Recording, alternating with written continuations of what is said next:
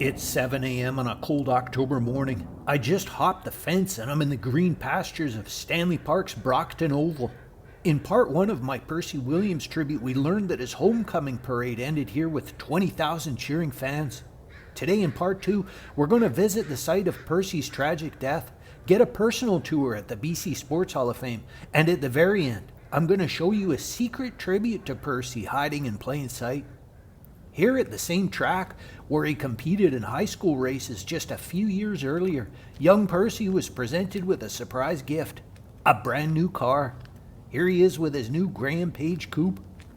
If you come here at the crack of dawn, you can almost hear the energy from a century ago. There's a quiet little plaque that only the rising sun reads most mornings. It says, Percy Williams' meteoric athletic career began here at Brockton Oval and exploded on the international scene in 1928. He won the 100 and 200 meter sprints, a feat no other Canadian has duplicated. After the Olympics, Percy turned down international scholarships and even a Hollywood movie deal to stay in his beloved Vancouver. And he continued running for the next 4 years. In 1930, he broke the 100-meter world record with a time of 10.3 seconds. It would stand until Jesse Owens beat it in 1936. Percy's athletic career ended, but his heroism continued. He was a pilot during World War II and a flight instructor for the Royal Canadian Air Force. He then settled into a successful insurance career, and he loved playing golf here at the beautiful Capilano Golf Club. He would graciously attend events when people asked, and he was always a big hit with the school children.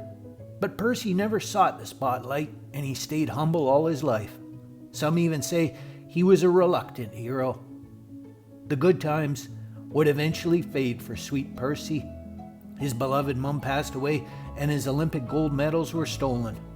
He battled through some significant medical issues in his final years. Some say he was in chronic pain. The fastest man on earth had difficulty moving at all.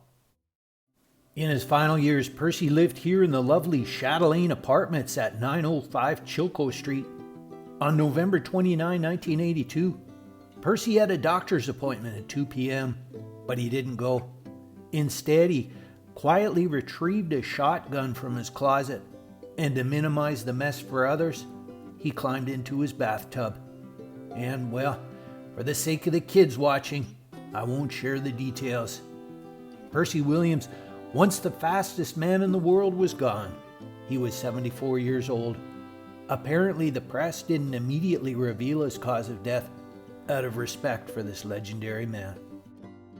Percy had a beautiful celebration of life here at this chapel on University Boulevard. December 2nd, 1982, Reverend Gerald Hobbs administered the service, and he told me he remembers it well.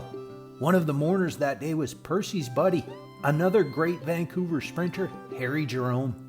Here are the two heroes in happier times. Tragically, just 42 years old, Harry would pass away a few days after Percy's service. If you want to pay your respects to Percy, you can visit his final resting place here at Burnaby's peaceful Pacific Heritage Cemetery. Percy is interred in Section A, Plot 121. His mum was interred with her siblings over at Ocean View Cemetery, so Percy asked to spend eternity beside his dad here, who was all alone. Percy's humble little plaque says, 1928 Olympic champion. Thank you, Percy, for your remarkable life. We'll never forget you.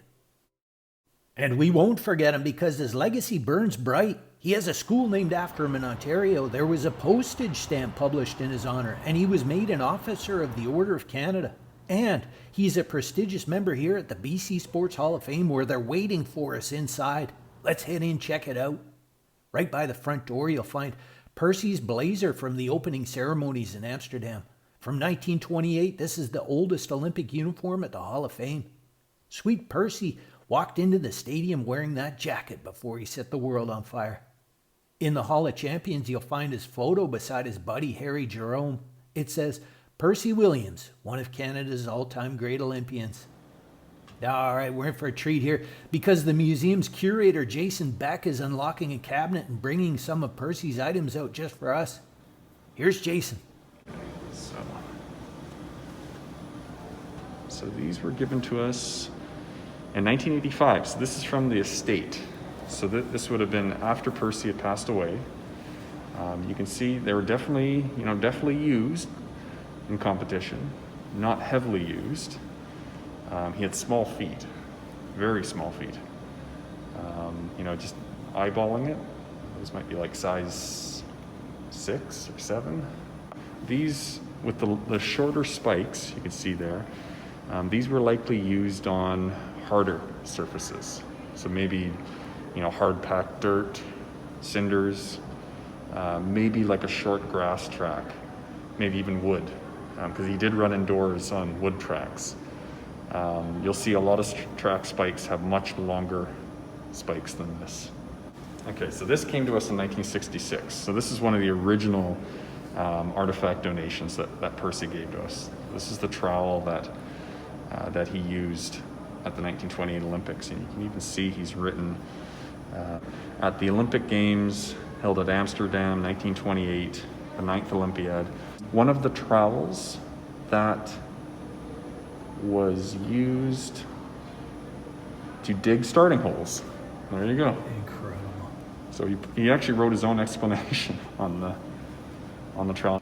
This was a common piece of a sprinter's equipment in the and basically pre-1960.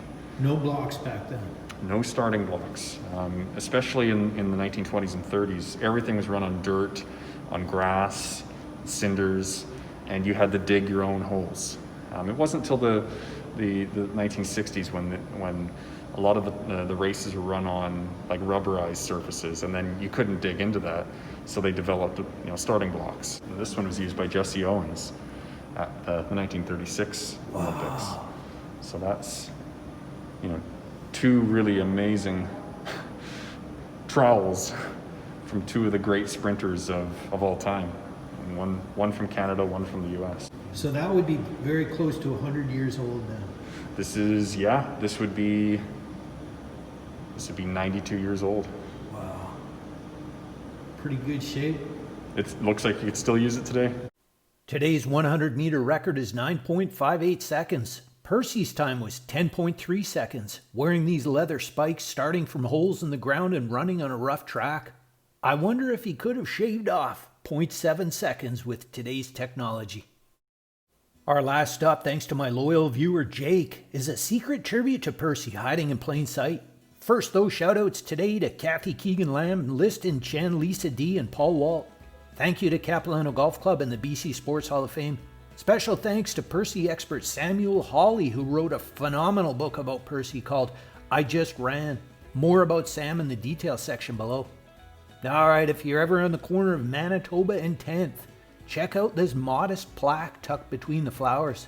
It says Percy Williams was the sensation of the 1928 Olympics in Amsterdam, winning gold medals in both the 100 and 200 meter sprints. Still one of the greatest achievements by a Canadian in international track and field competition.